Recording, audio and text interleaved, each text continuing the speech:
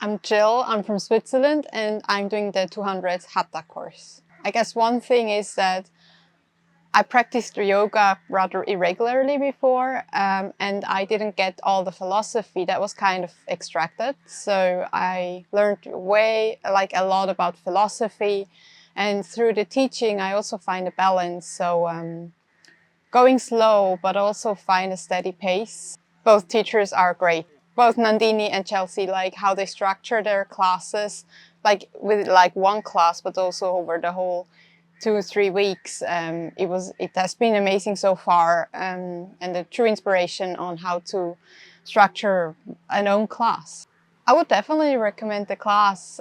Also, on the one hand, like Hatha, because to get more about the balance of the Yin and Yang energies, but also to get more about, to learn more about philosophy. I think it's a great place here. And yes, now after lunch I have to say the food. But I mean, all the people and the inspiration. So you just talk, you get new inspiration through the talks. Going to the beach in the evening, that's very nice.